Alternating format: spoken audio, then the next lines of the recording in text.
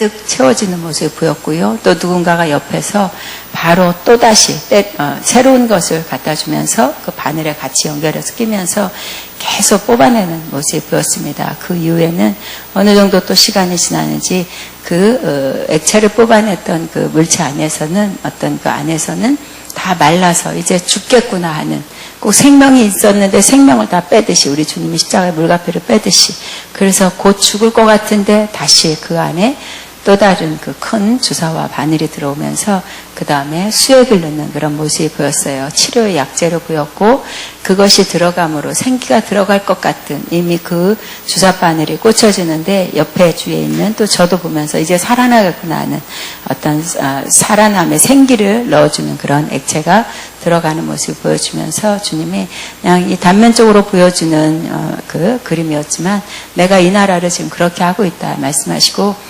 박근혜 대통령이 이 나라의 그 주권자가 아니라 나다 말씀하시면서 내가 통치할 것이다. 그리고 옳고 그름의 정의와 공의 안에 내가 심판하고 벌을 받을 건 받지만 그러나 다시 일어나는 세대가 되도록 일할 것이다 말씀하시고, 그러면서 한국교회를 보여주고 한국교회 가정과 우리의 언어들을 보여주시면서 너희들은 그들과 똑같은 악독을, 또 이 세대를 보면서 부정과 불평을 말하지 말고 하나님의 이 나라의 통치자라는 거, 오히려 이럴 때에 이 대한민국은 하나님의 나라, 양의 나라, 목자가 있는 나라라고 계속 긍정으로 선포할 때에 우리는 그 뱀과 정갈을 밟을 수 있는 영역으로 이 세대를, 어둠의 권세를 싸워 이기는 그런 한국교회 되기를 원하고, 또 곳곳에 나라를 위해서 기도하는 자들이 세워지니 참으로 감사하다 말씀하시면서 이때에 더 기도의 불을 피울 수 있도록 내가 또 교회 안에 들어가 일하고 있다 말씀하시고, 아가페를 위해서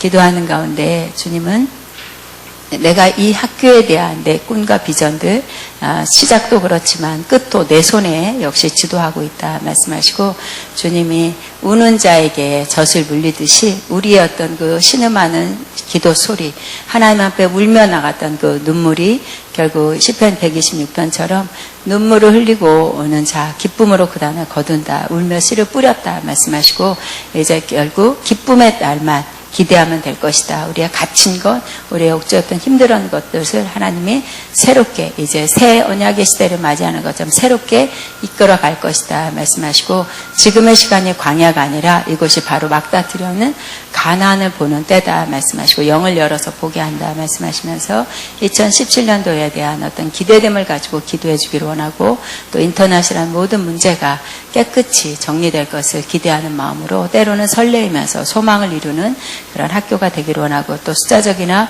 계속 더 홍보에 매진해야 되고, 또 연결해서 우리 아가페의 어떤 가족들, 식구들에게도 옆에 있는 사람들을 깨워서 학교로 올 수 있도록 이제 더 문을 우리가 열어주는 그런 역할을 하는, 그리고 우리 스스로가 어떤 홍보자가 되고 하나님의 나라를 위해서 우리가 예수를 전거하면서 복음을 말하듯 이 학교에 대한, 하나님이 이곳을 통해 일하실 것에 대한 간증들로 인해서 학교가 더 이제 새 학기를 맞이하는 데에 숫자이나 모든 것들이 증가되기를 원한다. 재정적이나 모든 것, 하나님이 역전이라는 게 꼭 있다, 반전은 있다 말씀하시고, 어느 시점에 대해서는 내가 일하는 것들을 불현듯 보듯이 주님이 일하실 것이다 말씀하시고, 소원을 놓고 기도해라 또 말씀하시고, 각자 위해서 기도할 때는 양팔에 하나님의 임재에, 그래서 우편 좌편에 성령의 좌우에 또 앞에 뒤에 같이 보좌주는 모습이 보여서 성령과 함께할 때, 그리고 또 조용히 앉아있는 그 가만히 있는 시간에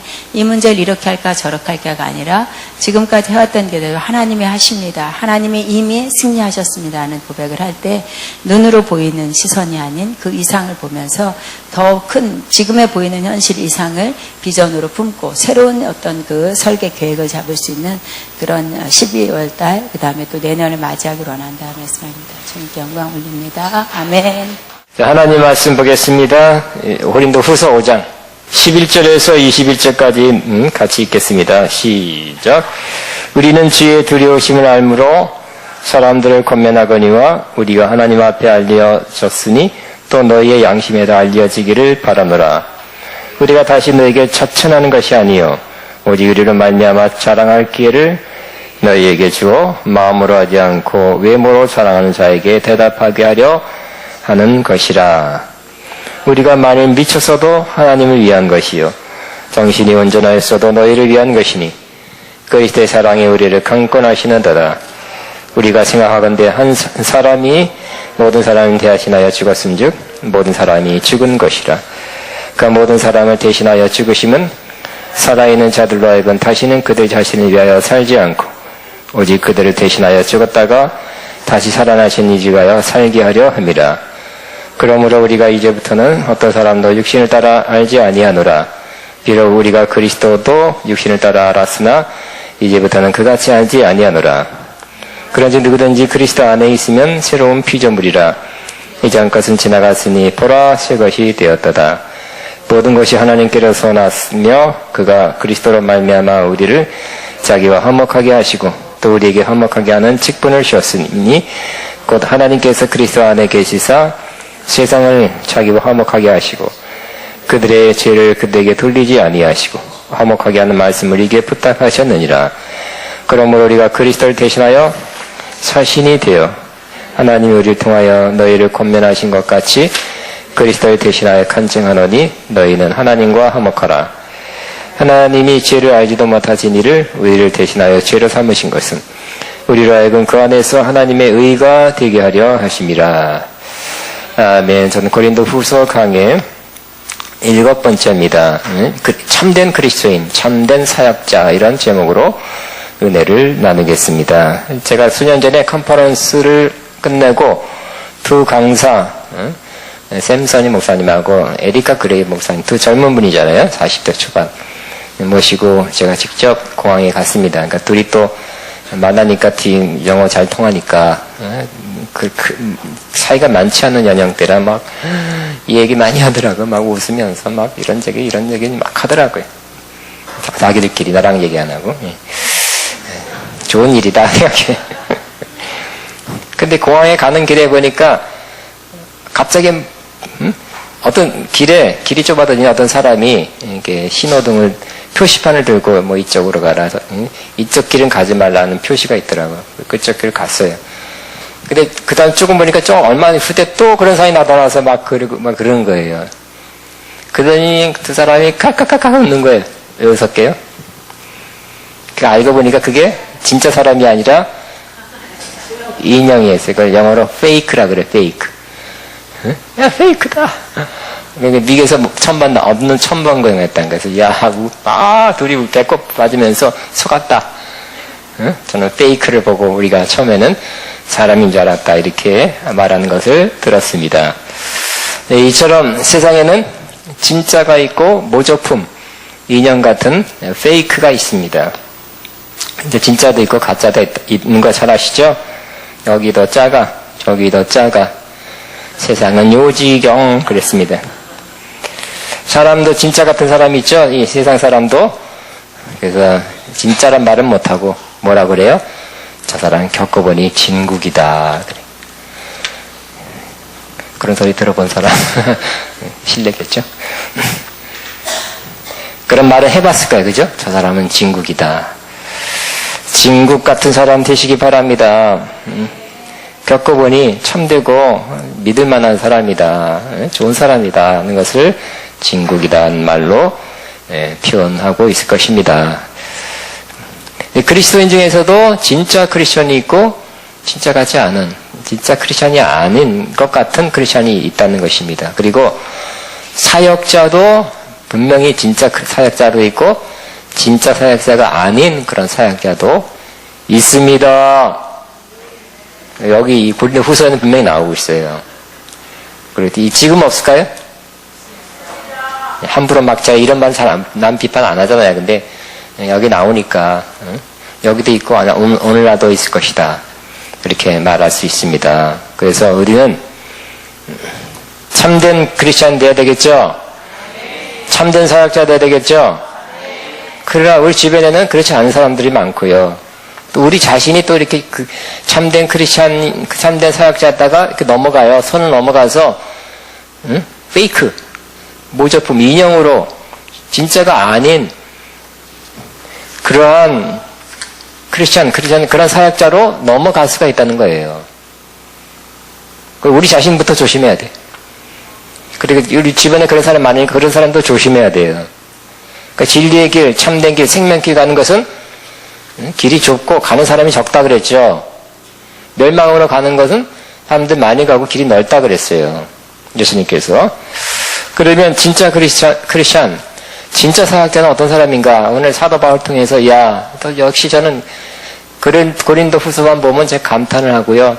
그 깊이와 넓이와 높이에 대해서 감복을 합니다. 그리고 이건 정말 빨리빨리 누가 다 읽어야 되고 좀 믿음 수준이 좀 된 사람들은 꼭 다시 한번 명심해서 읽어야 되고 의미를 잘 해석하고 깨닫고 읽으면 더 좋겠다. 그런 마음 매주 갖는 거예요. 아깝다. 그러니까 물론 저는 여러분과 함께 나누지만 더 많은 사람에게 나누기를 바라고 여러분도 이런 뜻인데 이 좋은 이 보화를 나눴으면 좋겠다 하는 마음 들게 되기를 바랍니다. 그럼 참된 크리스찬, 참된 사역자는 어떤 사람인가요? 이건 5가지. 오늘 이 본문에서 5가지가 나와 있어요. 참된 크리스찬, 참된 사역자는 첫째, 바로 하나님에 대한 두려움을 가지고 사는 사람을 말합니다. 보세요. 우리는 주의 두려우심을 알므로, 세 번역에는 그러므로 우리는 주님이 두려운 분임을 알기에 이렇게 번역되어 있어요. 그러니까 하나님에 대한 두려운 마음을 가지고 산다는 거예요. 이 두려운 마음은 공포가 아닙니다. 아이고 공포스럽다. 응? 내가 망할까 두렵다. 그런 뜻이 아니에요. 응? 누가 또 도둑 한번 들어온 집은 도둑이 또 들어올까 무섭다. 교통사고 꽝 당한 사람은 또 누가 탁 들이받지 않나 무섭다. 그런 공포가 아니라 영어는 fear, 두려움인데 A-W-E, O, 즉 경외심이 reverence, 경외심이 경외심을 주님에 대한 경외심, 주님에 대한 경외심을 갖고 사는 사람이 참된 크리스찬이라고 말씀하고 있는 것입니다. 그러므로 우리가 하나님에 대한 경외심을 갖고 사는 것은 기본입니다. 가장 중요한 것 중에 하나입니다. 하나님을 정말 만나고 정말 경험한 사람은 하나님께 대한 두려움을 갖게 되는 것입니다. 하나님에 대한 하나님의 두려운 분이라고 이렇게 공부만 하는 사람, 책만 본 사람은 이거 얻을 수 없어요. 그때는 그렇게 되고 납득이 되지만 하루만 지나면 잊어버려요. 그 때문에 이 하나님에 대한 두려움은 자기가 경험해봐요. 하나님 만나는 경험. 깊이 하나님 만나는 경험을 한 사람이 하나님에 대한 두려움을 갖고 살 수 있게 되는 것입니다. 사도 바울도 그죠? 예수님 직접 만났잖아요. 다메섹 도상에 예수님 믿는 사람을 잡아가려고 증을 받아서 가다가 햇빛보다 더 밝은 빛에 떨어지면서 주의 음성을 듣고 그 거룩한 모습, 그 영광스러운 모습을 경험했고 접했고 들었기 때문에 주님에 대한 그런 경외심 갖고 있기 때문에 산층천 갔다 왔기 때문에 주님은 하나님은 어떻게 됐는지 모르지만 어떤 하나님 체험이 있어요. 따라합니다. 하나님 체험을 하자. 하나님에 관해서 듣는 것도 도움이 되죠. 도움이 돼요. 그렇지만 그거 갖고는 부족합니다. 그래서 우리는 더 깊이 나가서 하나님 체험을 해야 될 것입니다. 그래서 한번 체험한 것을 마음에 새겨지는 거예요. 심지어 여러분 나폴리 가봤습니까? 미안합니다. 저도 못 가봤어요. 근데 나폴리 책을 아무리 보고 갔다 온 사람 얘기 듣는 거하고 갔다 오는 거하고 틀리죠? 경험한 것은 내 것이야. 그죠? 경험한 거. 아무리 TV에 무슨 여행 프로그램 했어도 졸려하고 이제 다음에 자고 나면 또 잊어버려요. 많은 것들이 경험으로 알아야 돼. 그래서 많은 옛날에는 여행을 많이 가라 그런 충고가 많이 있었어요. 경험을 하려고 하는 거예요. 우리 신앙생활도 많은 것들은 경험이 필요해요. 지식도 필요합니다. 이런 공부도 필요해. 성경 공부도 필요하지만 그걸 기반으로 해서 어떤 것들은 경험을 해야 돼.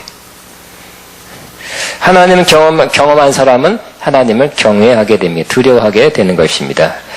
그래서 여호와를 경외하는 것이 지혜의 근본이다. 그래서 하나님을 경외하는 사람은 진짜 지혜로워요.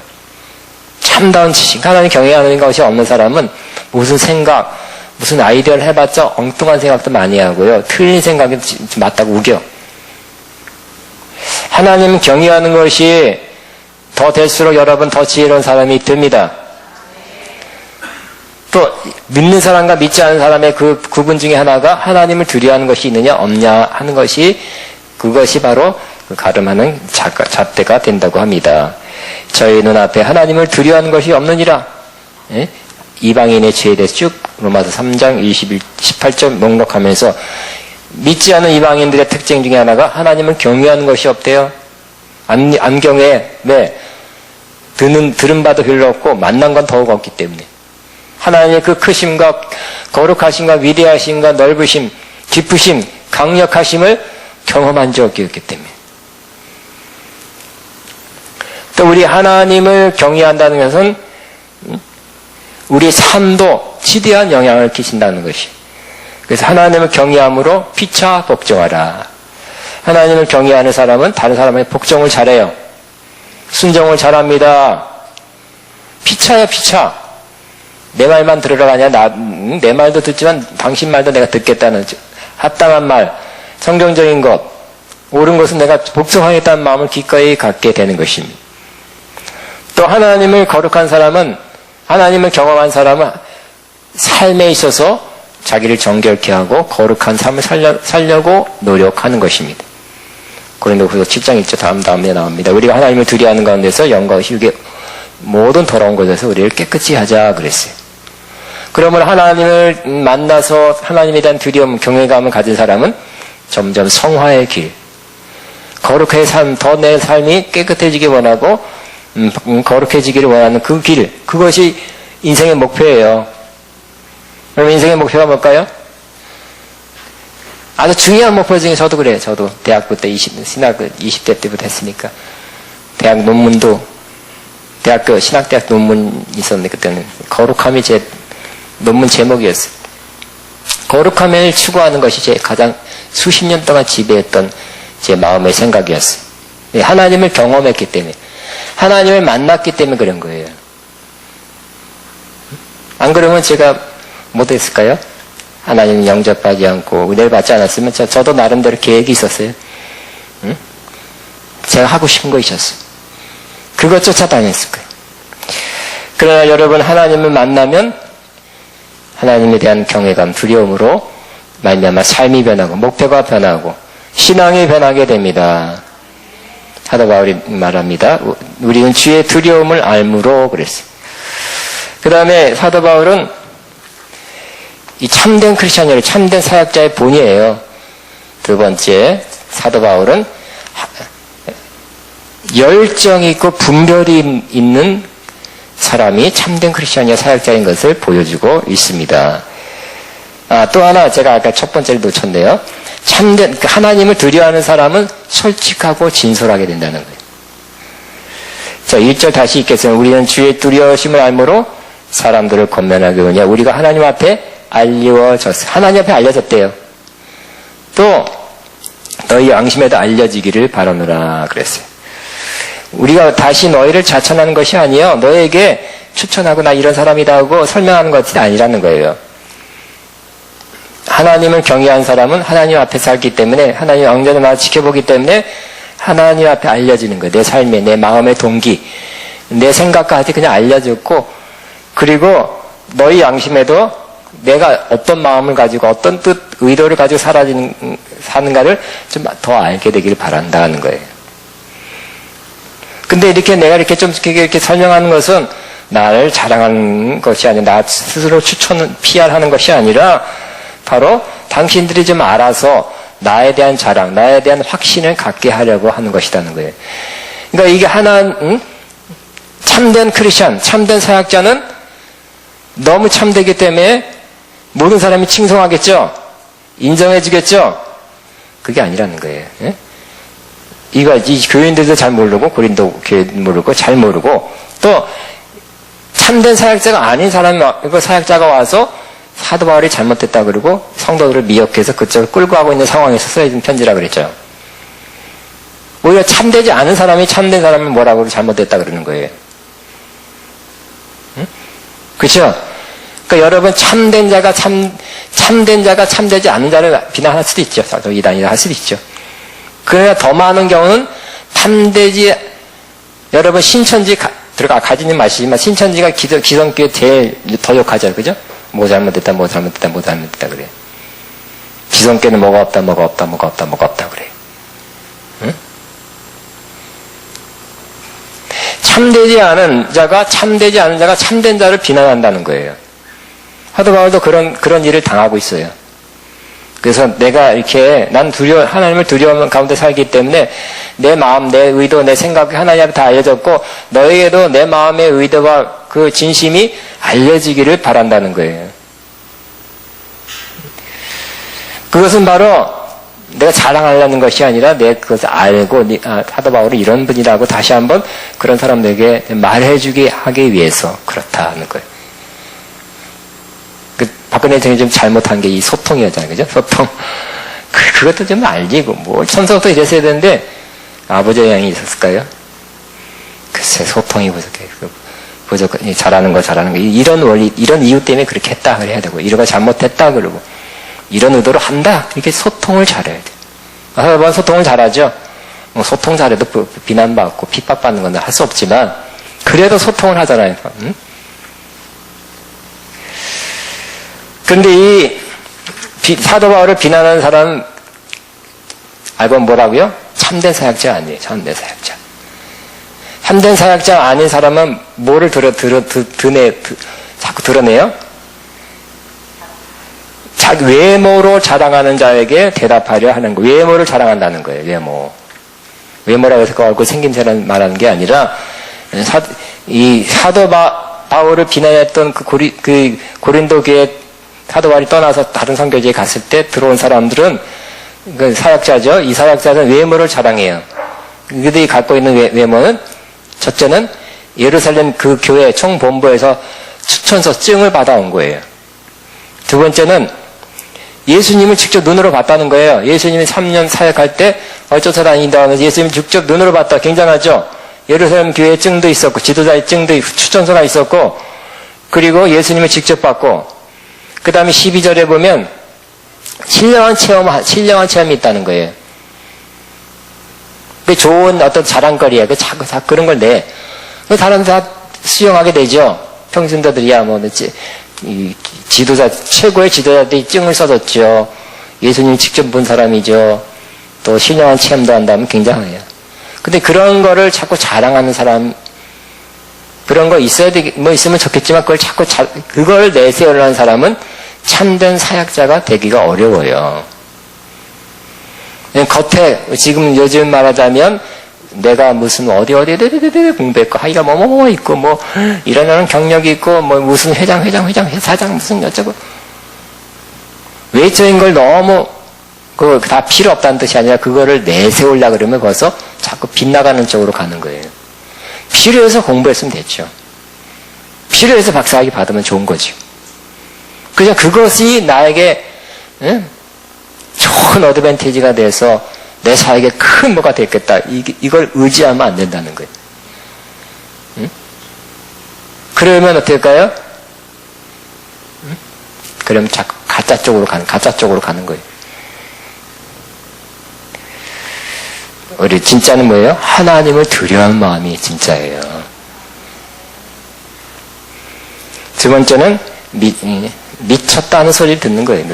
참된 사역자, 참된 크리스천이 미쳤다는 소리 듣는 거예요.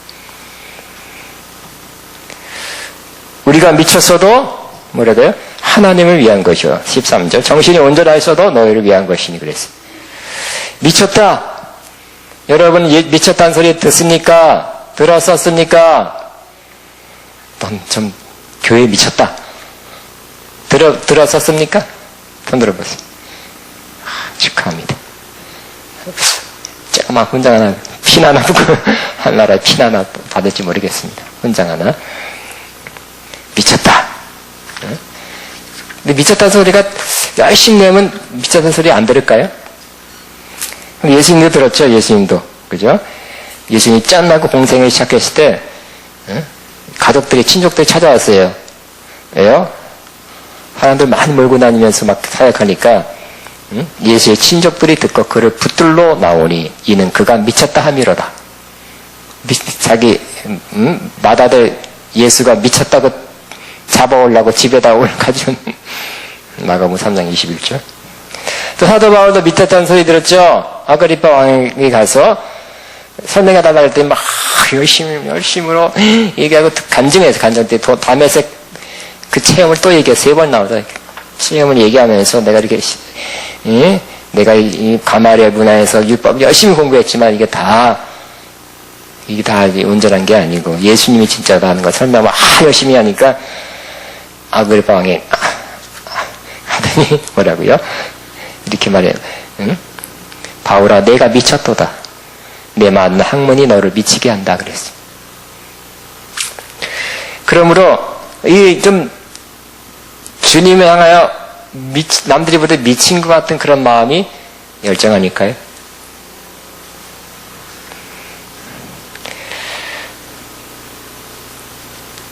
우리가 만약 미쳐서 하나님 위한 것이래요. 완전히 미치지 않죠. 미친 것 같이 보이는 거죠. 또 그런 때만 있는 것이 아니라 정신이 온전하여도 너희를 위한 것이니 때로는 온전해서 건전한 생각, 판단을 가지고 객관적인 사실을 가지고 상식을 가지고 대할 때도 있어야 되겠죠. 성도를 향해서 2가지가 있어야 돼. 미치게 보이는 열정, 또 온전한 정신을 갖고 있다는 그런 상식적 그런 마음의 상태 다 필요한 것입니다. 이게 참된 사역자의 모습입니다. 3번째, 참된 사역자, 참된 크리스찬은 그리스도의 사랑의 강권으로 사는 사람이에요. 14절 그리스도의 사랑이 우리를 강권하시는도다 그랬어요. 내가 무슨 일을 하건 무슨 사역을 하건 왜 한다고요? 그리스도의 사랑이 하게끔 해서 나를 밀어붙여서. 동기가 중요하죠. 그 원동력이 중요하죠. 그 원동력 동기가 바로 그리스도의 사랑이래요. 여기서 떠나면 뭘까요? 가짜 쪽으로 가는 거예요. 페이크 쪽으로 가는 거예요. 정말 주님의 사랑을 받았어요. 은혜를 받았어요. 사랑을 느꼈어요. 지금도 사랑해요. 그 사랑이 타오르고 있어요. 그러니까 사도 바울은 그 사랑이 막 강권하는 것 따라서 사역한다는 거예요. 그가 예수님의 사랑이 어떤 사랑이었어요? 여러 가지 아주 짧게는 뭐라고요? 바로 한 사람이 모든 사람 대신하여 죽었은즉 모든 사람이 다 죽은 것이다. 어떻게 이 죄인들 위해서 한 분 사람을 오신 예수님이 죽으셨는가? 지극히 깊고 높고 깊은 사랑이 아니면 그거 할 수 없는 그 사랑을 깨닫고 그 사랑이 항상 메아리 치는 거예요. 메아리. 항상 감동이.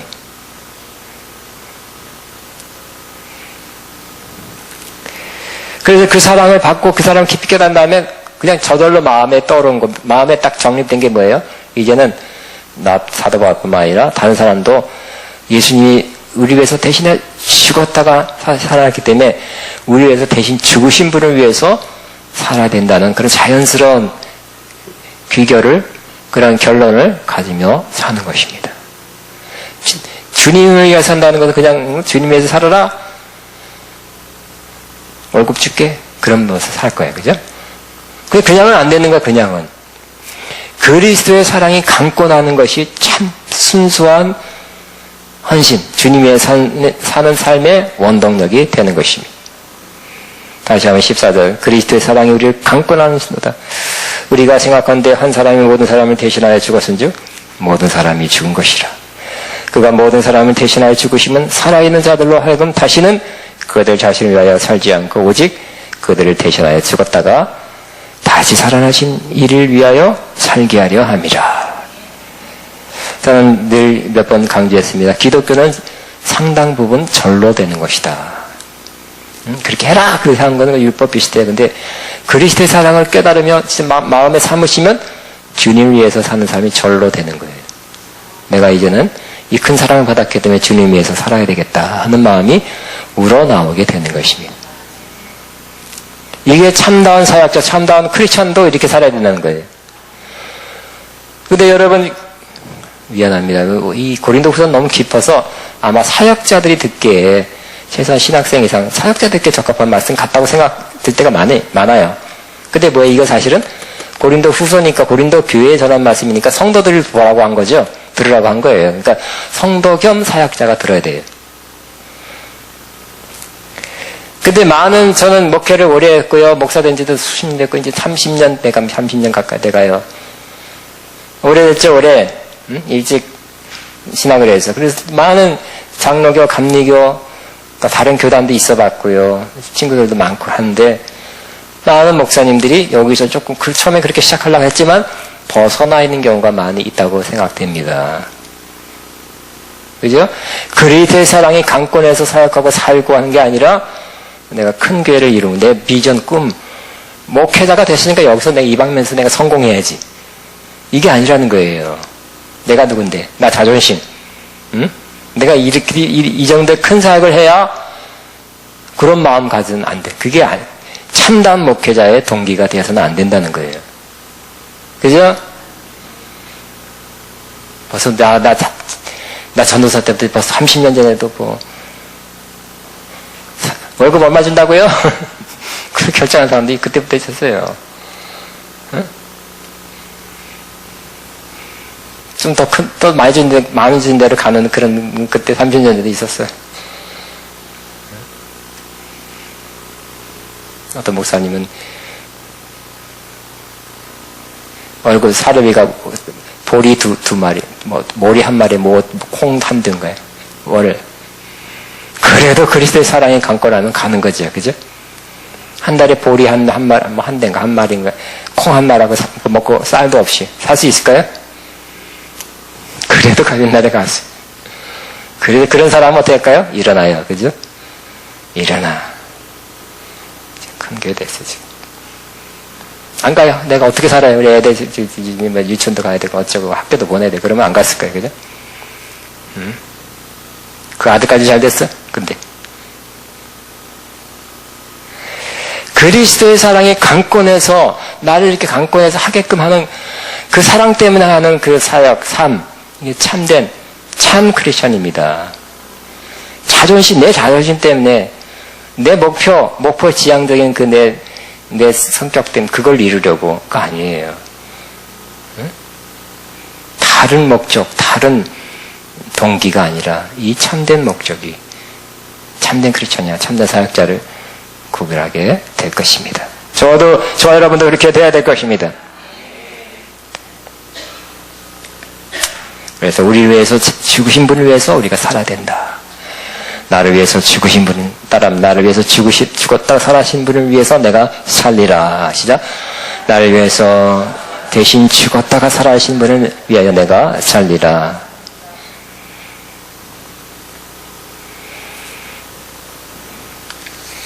네 번째는 참된 크리스천은 그리스도 안에서 새로운 피조물이라는 의식을 갖고 사는 것입니다. 나는 새로워졌다. 새로운 피조물이다. 새로워졌다. 사도 바울도 예수님 만나기 전하고 외모는 비슷했고요. 그죠? 사도 바울의 외모는 생김 전에는 비슷했어요. 옛날에 은혜 받기 전에 그대로 입고 다녔을 거예요. 그 집에서 그냥 살았을 거예요. 그죠? 완전히 새로워졌다고, 완전히 새롭게 만들어진, 새롭게 창조된 피조물이라고 고백합니다. 어떻게 완전한 새로운 피조물이 됐을까요? 바로 누구든지 그리스도 안에 있으면 새로운 피조물이라는 거예요. 그리스도 안에 있으면 새롭게 된다는 거예요. 그전에는 우리는 그리스도 밖에 있었어요. 그러나 이제 그리스도 안에 들어오니까 우리를 하나님께서 새로운 사람으로 새로운 창조를 이루어 주셨다고 말하고 있어요. 아까 말한 외모적으로는 아니에요. 그죠? 아직 아니죠? 똑같은 집에 살고 똑같은 모양새로, 별로 이 사도 바울이 못생겼다는데 좀, 그 모습, 예수 믿겠다 은혜 받으니까 확 잘생겨져요? 다이어트 하면 팍 20kg 빠져요? 그런 건 아니죠? 똑같지만 완전히 새롭대요. 왜냐하면 주님 각도에서 볼 때, 영적으로 볼 때 정말 새롭게 창조됐어요. 우리 속사람이, 또 관계가, 우리 위치가, 우리 운명이 새롭게 변하는 것입니다. 그래서 하나님 볼 때는 우리 영이 새롭게졌어요. 거듭나서 영이 탄생하고 주님과의 새로운 관계가 맺어지게 된 것입니다. 인생의 가장 중요한 것 중에 하나가 바로 하나님과의 관계가 이어지는 거죠. 하나님 관계가 끊어졌는데 다시 이어졌다는 거예요. 그리고 우리가 그리스도 안에 있다는 것은 정말 가장 큰 축복 중에 하나입니다. 알고 보면 그 안에 다 있는 거예요. 그리스도 안에 있게 됐어요. 하나님께 우리가 믿고 세례를 받을 때 그리스도 안에 넣어주셨어요. 그리스도 안에 새로운 관계, 주님과의 관계, 하나님과의 새로운 관계, 성령님이 우리 안에 들어온 내주하는 그런 관계가 된 것입니다. 또 우리는 정말 그 물과 성령을 거듭나서 뭐가 변화가 됐습니까? 저희 경우도 새로운 생각, 새로운 그런 목표, 인생 새로운 가치관 갖게 됐죠. 정말 제가 변하지 않은 것은 아마 외모, 좀 말랐던 거 그대로. 응? 김태진이라는 이름 그대로. 제 그 겉에 어떤 그런 거는 그대로지만 속과 생각과 견해와 인생의 목표와 내가 느끼는 거 똑같은 것을 그때, 응? 예를 들어서 그저 새가 온다, 우는 게 아니라 새가 bird sing, 노래한다로 아마 그렇게 바뀌었을 거예요. 그런 차이. 인생이 허무하다는 게 아니라 인생은 정말 가치 있고, 의미가 있다. 이렇게 바뀌었어요. 응? 내 인생의 목표가 별거 아니에요. 그냥 안정된 직업. 응? 그냥 옛날에 그게 행정고시 있어요. 사법고시입니다. 그거 붙어서 그냥 생활은 괜찮게 하면서 내가 추구하던 그런 예술적인 걸 추구한다. 그렇게 제 목표가 그거였어요. 다시 젊었을 때는. 근데 변했어요. 변해서 하나님 나라 안에서 주님 안에서 제가 새로운 꿈과 비전을 향해서 나가고 있고 새로운 각도로 새로운 감정으로 견해로 완전히 변하게 됐어요. 샥 변했습니다. 그렇기 때문에 여러분은 그냥 외모하고 뭐 이름 몇 가지 그건 나중에 변할 거예요. 예수님 재림할 때 변할 거고요. 그거 몇 가지 빼놓고도 완전히 변했습니다. 완전히 새롭게 창조된 새로운 피조물 저가 되고 여러분도 된 사람입니다. 그러니까 새로운 피조물이라는 의식, 확신 가지고 살아가는 사람이 바로 참된 사역자요, 참된 크리스찬이 되는 것입니다. 근데 이거는 바로 그전에는 안 그랬다는 거예요. 그죠? 그전에는 참된 크리스찬이라 이게 새로운 피조물 되는 관건은 예수님을 영접하느냐 했죠. 근데 예수님을 영접은커녕 핍박하려고 그랬죠. 육신대로 보고. 나사렛 그 촌동네에서 무슨 메시아? 말도 안 된다. 응? 사람들이 그렇게 말 모고 다녀? 뭐 이상한 게 잘못된 게 있다 하고, 자유? 율법을, 어쩌고, 온전케 했다고? 잘못된 사람이 많은 사람을 선동한다 해서 핍박하고 죽이려고 쫓아가다가 예수님을 만나고 변화되게 된 것입니다. 그전에는 어떻게 했다고요? 내가 예수님을 16절 그러므로 우리가 이제부터는 어떤 사람도 육신을 따라 알지 아니하노라. 비록 우리가 그리스도도 육신을 따라 알았으나 이제부터는 그같이 알지 아니하노라. 예수님을 더 알기를 바라시죠.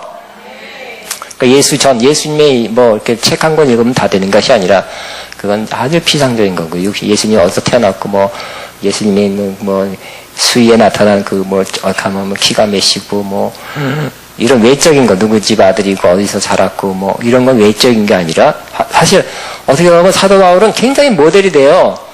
왜? 12제자가 못 된다고, 12사도가 못 된다는 말 들 정도로 예수님을 육신적으로 직접 봤다는 그런 근거가 없어요. 증거가 없어요. 그 예수님이 그 인기 있을 때, 3년 동안 인기 있을 때, 거기 그 집에 한번 가지도 않았어요. 나중에 너무 센세이션 하니까 핍박하려고 잡으러 갔던 사람이에요. 그 예수님을 육신적으로 듣긴 했죠. 그냥 보진 못했지만 예수님을 영 안에서, 영이신 예수님께서 그를 만나 주셨죠. 그죠? 우리도 똑같습니다. 이렇게 기쁜 사람, 이렇게 믿음 있는 사람, 응? 이렇게 참된 크리스찬, 참된 사역자는 꼭 예수님을 눈으로 봐야 되는 것은 아니라는 거예요. 그죠? 그러나 영으로 만나는 봐야 돼. 예수님을 영으로 만납시다. 응? 그러니까 우리는 육신적으로 예수님이 따라나서 아들아. 어떤 목사님 보니까 돌아가셨지만 한국의 제일 유명한 목사님 중에 한 분이 그러더라고요. 김 목사 노년에 말년에 기도 많이 하신 분이라, 아유, 내가 기도하고 나니까 주님께서 다 수고했다 그러더래. 아버지, 저도 그렇게 해주옵소서. 누가 예수님 직접 만났다면 나도 그렇게 해주옵소서. 그런 마음 옛날에 가졌죠. 그러나 여러분이 정말 성령으로 충만하면 내 영이, 내 마음이 예수님을 만나는 것 같아요. 예수님을 보는 것 같아요. 짠하고 머리 이렇게 휘날리면서 펄럭이면서 오는 그런 건 아니라 할지라도 그냥 그런 것 같이 느껴져요. 본 것 같이 느껴져요. 그러니까 우리는 지금은 보지 못하고 믿는 거예요. 보여준 사람은 감사합니다 하시면 돼요. 그냥 보지 않더라도 그냥 믿는 거예요. 그러니까 성령 충만하면 본 것 같아요. 저도 그냥 예수님 진짜 직접 보고 원했어요. 제가 과학적 마음이 있기 때문에 보고야 믿겠다 그랬는데 성령 충만 받으니까 봤다. 제가 이렇게 예수님 이렇게 모습 본 건 아니에요. 그러나 봤다고 느꼈어요. 영으로 느낀 거예요. 그 예수님을 그때도 지금도 우리는 외모로 이 말씀하는 것처럼 우리가 예수님을 외모로 16절 어떤 사람도 육신을 따라 알지 아니하노라. 비록 우리가 그리스도도 육신을 따라 알았으나 이제부터는 그같이 알지 아니하노라. 예수님도 다른 사람도 육신적으로 그 사람이 그렇다고 그 육신 보고 판단하지 않게 되기를 바랍니다. 우리 아직도 그거 남아있어요. 육신 보고. 그러나 그건 아니에요. 자, 마지막으로 참된 사역자, 참된 크리스천은 어떤 사람이냐면 화해의 직분을 감당하는 사람이에요. 하나님께서 새롭게 해줬는데 새롭게 해줘서 우리에게 사명 주신 것이 바로 화해의 직분이에요. 18절에 모든 것이 하나님께로 났으며 그가 그리스도로 말미암아 우리를 자기와 화목하게 하시고 또 우리에게 화목해 하는 직분을 주셨으며 그러므로 우리가 그리스도 안에 있고 새로운 피조물이 됐으면서 처음 느끼는 것이 뭐예요? 처음 누리는 것이 하나님과 화평입니다. 어떤 번역에는 화해라고 썼어요. 제가 여러분 문자 같죠? 화해라고 한 건 새 번역에는 화해라고 했기 때문에 화해, 하나님과의 화해, 하나님과 화해하는 것, 또 그 하나님과 화해하도록 다른 사람에게 그렇게 주선하는 것, 그렇게 전달해서 다른 사람을 알고 하나님과 화해하도록 하는 것이 바로 우리의 사명이라는 것이에요.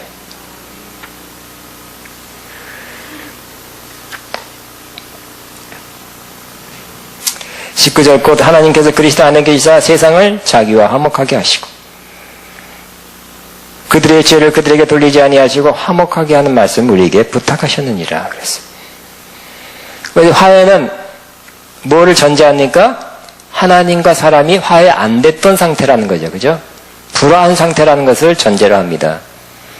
이전에 하나님과 우리 인간 사이에 화해가 없었어요. 멀리 떨어져 있었어요. 중간에 담이 있다고 표현하고 있죠. 응? 하나님이 등은 돌력이 있다고 표현했어요.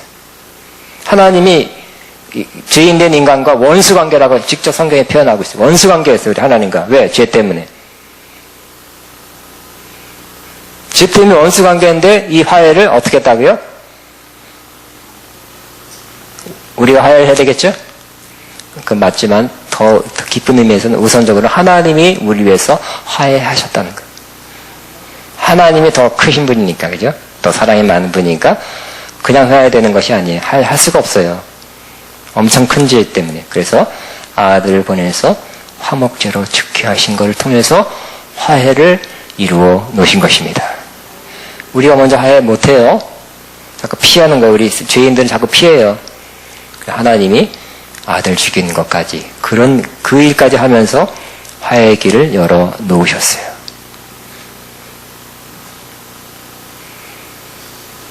그래서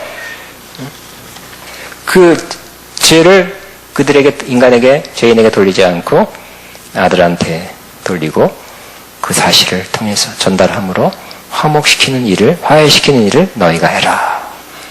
우리에게 부탁한다는 거예요. 그러면 이 새로운 피조물이 된 사람의 가장 첫 번째 사명은 하나님과 화해하고 또 많은 사람을 하나님과 화해하도록 만들어주는 것, 전달하는 것, 이 사역입니다. 그러므로 화해하라 뭐 잘못됐어요 그게 아니라 다 해놨어요. 그죠? 다 해놨어. 받아들여야 돼요. 받아들여. 응? 하나님께서 아들 죽이심으로 화목제물을 다 죽였으니까 하나님이 하시면 그냥 받아들이면 돼 하고 심플하게 정확하게 알면 쉽게 전하는 거예요. 그죠? 복음을 잘 정확하게 알면 쉽게 해서 전하면 하나님과 화목이 되는 거예요. 당신이 그 딸에 해서 하나님과 화목되게 해서 술 먹지, 담배 피지, 뭐 얘기 나쁜 짓 많이 했지. 싹싹 다 빌어. 그러면 하나님 용서해 줄 줄 몰라. 그러지 마시고. 하나님이 그 모든 죄 통틀어서 다 그래서 아들 보내서 죽게 하셨으니 그냥 받아들이세요. 당신이 할 일은 믿음으로 받아들이는 것 뿐이에요. 그래야 받아들이겠죠? 화목하려면 담배 끊어야 되고 술 끊어야 되는데 무슨 그거 어떻게 끊어요? 죽여도 못 끊는다 그렇고요. 화해하는 직분은 하나님이 해놓으신 거 그냥 전달해서 받아들이게 하는 것입니다.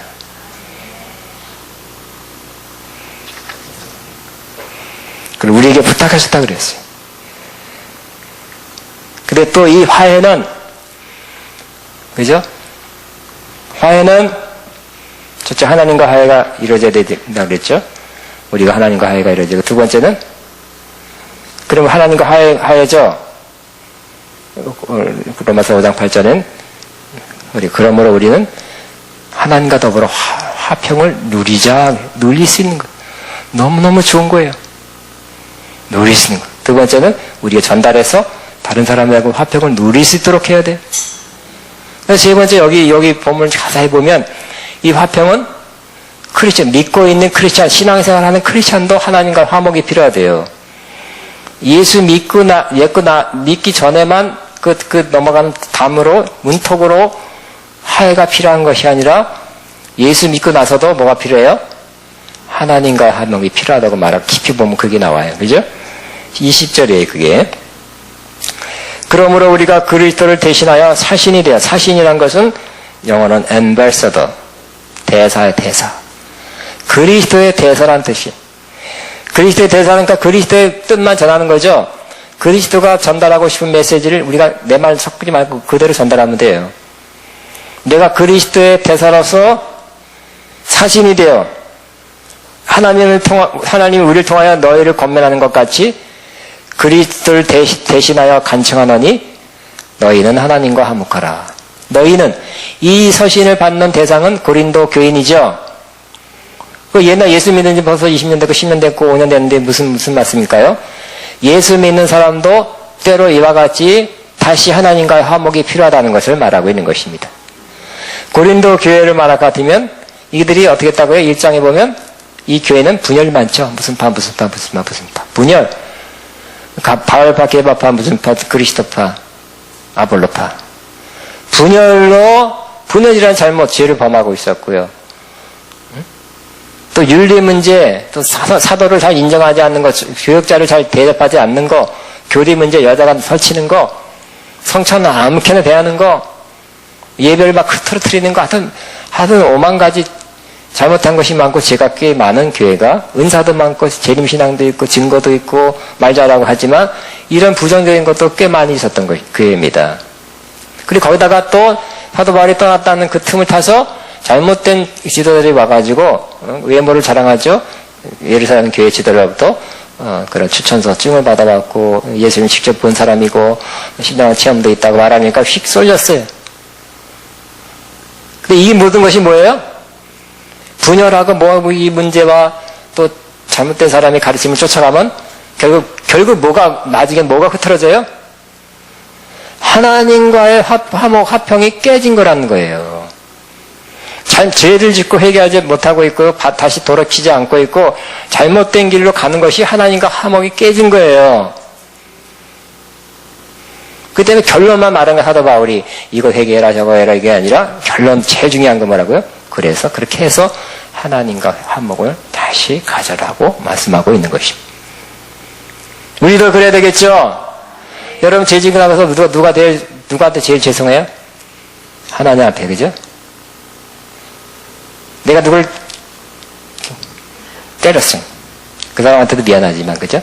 하나님한테 미안한 거야. 내가, 집사로서, 장로로서, 목사로서, 악한 짓에서 하나님한테 죄송한 거예요. 나쁜 짓에서 아무도 안 보이는데. 누구한테 송구해요? 기도하다 보니까 하나님 죄송합니다. 그게 나오죠. 내가 잘못한 거, 내 죄 짓는 거, 내가, 누구랑 파당을 지어가지고 와서 했어요. 나중에 깊이 기도하다 보니까 누구한테 죄송해요? 하나님한테 죄송하는 것입니다. 하나님과의 하나님이 좀 나를 위해서 웃는 얼굴 같지 않아. 웃는 얼굴 배울 때 나의 영혼 기쁘다가 아니라 웃는 얼굴 같지 않아. 그렇게 느껴져 그냥. 그러니까 내가 범죄하고 잘못되면 하나님과 화목이 깨지는 거예요. 그래서 뭐라고요? 이 고린도 교인을 향해서 내가 그리스도를 대신하여 간청하노니 너희는 하나님과 화목하라. 이렇게 마음이 시원하고 그냥 시원한 것이 바로 하나님과 화목된 상태죠.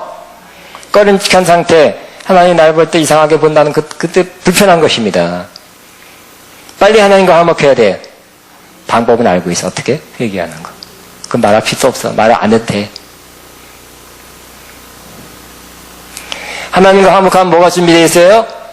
하나님의 의가 준비됐다는 거예요. 용서받은 거. 죄가 용서받은 거. 즉 의라는 건 하나님 앞에 떳떳이 설 수 있는 거라는 거죠. 21절 시작. 하나님이 죄를 알지도 못하신 이를 우리를 대신하여 죄로 삼은 것은 우리로 알고 그 안에서 하나님의 의가 되게 하려 하심이라. 하나님은 죄는 누구한테? 예수님한테 돌렸죠. 우리한테 뭘 주려고? 하나님의 의를 주시려고. 의는 하나님 앞에 당당하게 법적으로나 아무 문제 없이 설 수 있는 권리죠. 그러나 죄는 예수님을 죄로 삼았어요. 의인은 우리에게 주시는 일을 이미 하셨어요. 그러므로 하나님과 화목한, 물론 회개를 통해서 한 사람은 하나님과 화평을 누리고 하나님과의 당당히 나갈 수 있는 의란 상태를 다시 회복시켜 주신다는 것입니다. 아멘. 그러므로 우리 고린도 교회 교인들이 이것이 필요했고요. 우리한테도 이것이 필요한 것입니다. 아멘. 깊은 말씀이죠. 참된 사역자, 참된 크리스찬이 바로 이런 모습이에요. 5가지 포인트는 뭐냐면 하나님에 대한 두려움으로 사는 것이고요. 두 번째는 열정, 주님께 대한 미쳤다는 소리 들 정도 열정과 또 냉정함 속에 살고요. 세 번째, 주의 사랑으로 강권해서 사역하고 사는 거. 그 다음에 그리스도 안에 나는 새로운 피조물이라는 의식을 갖고 살고.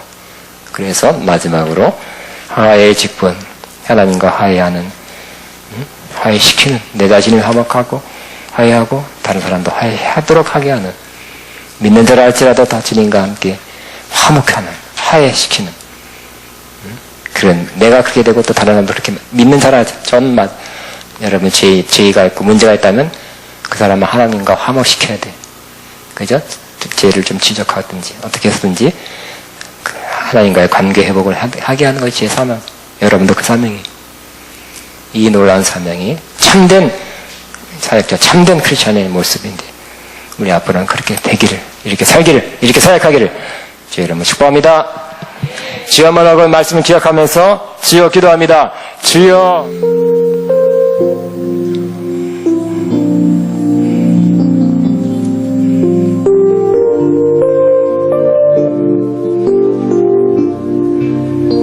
주여 마바바다라 샤카라라라라.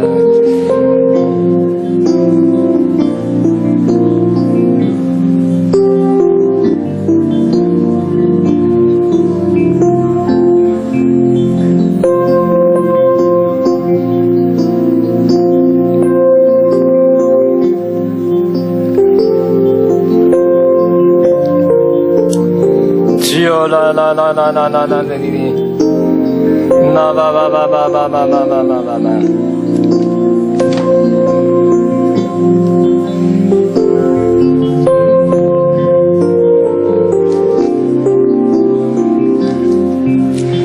주여 주여 나나나나나나나 신하의 주 의의 길로 날 인도하소서 행하시노니 주여 나나나나나니니니니니니